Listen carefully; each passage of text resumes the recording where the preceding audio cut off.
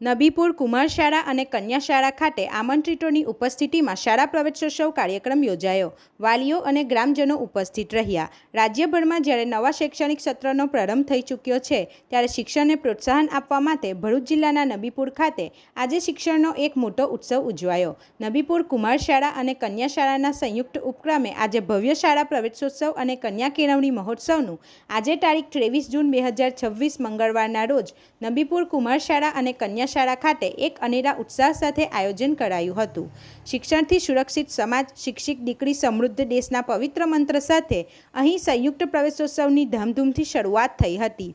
આ મહોત્સવ અંતર્ગત વહેલી સવારે 7:30 વાગ્યાથી જ કાર્યક્રમનો પ્રારંભ કરી દેવામાં આવ્યો હતો. નબીપુર કુમાર શાળા અને કન્યા શાળાના આચાર્યશ્રી, શિક્ષકગણ તેમજ શાળા વ્યવસ્થાપન સમિતિ દ્વારા આ સમગ્ર કાર્યક્રમનું સુંદર આયોજન કરાયું હતું.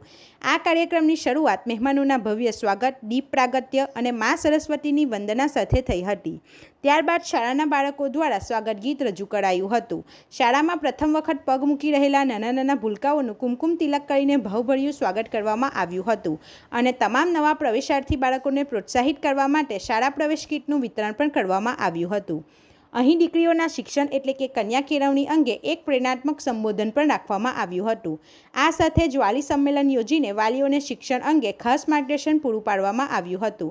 શાળાના બાળકો દ્વારા સુંદર સાંસ્કૃતિક કાર્યક્રમો પ્રસ્તુત કરાયા હતા. શાળા પ્રશાસન દ્વારા એક વિશેષ સંદેશ આપવામાં આવ્યો છે કે દીકરી ભણશે તો પરિવાર આગળ વધશે, પરિવાર આગળ વધશે તો દેશ પ્રગતિ કરશે.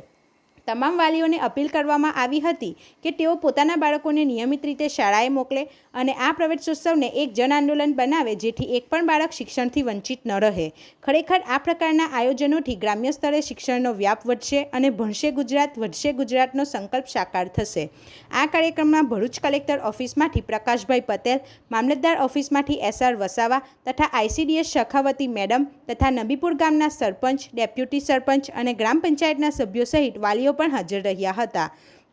આમંત્રિતોએ પોતાના વક્તવ્યમાં શિક્ષણની મહત્તા ઉપર ભાર મૂક્યો હતો અને ખાસ કરીને સ્ત્રી કેળવણી ઉપર, શાળામાં આંગણવાડીના ભૂલકાઓ અને ધોરણ 1માં પ્રવેશ મેળવનાર બાળકોનું ગુલાબના ફૂલો અને શિક્ષણની કીટ આપી શાળા પ્રવેશ કરાવ્યો હતો. અંતમાં આ કાર્યક્રમને સફળ બનાવવા બદલ બંને શાળાના આચાર્યોએ સૌનો આભાર વ્યક્ત કર્યો હતો. રિપોર્ટર સલીમ કડુજી સાથે ગુજરાત અદ્ભુત ન્યૂઝ ગુજરાતી.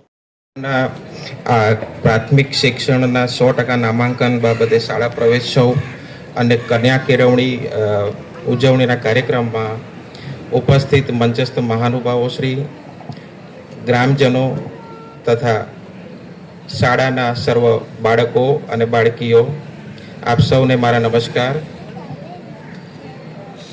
કાર્યક્રમની જે રીતે શરૂઆત થઈ અને મારા ઉદ્બોધન સુધી જે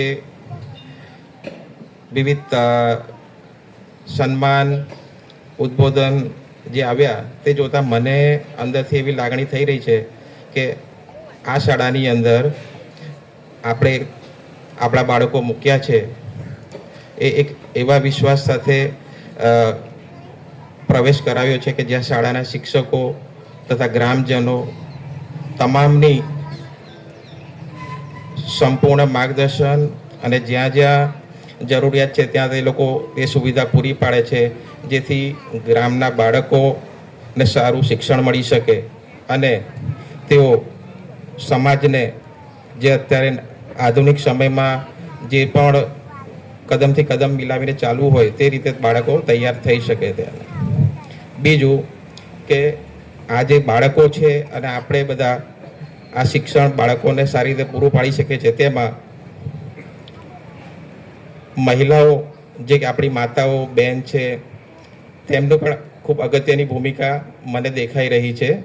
કેમ કે ઘરના જે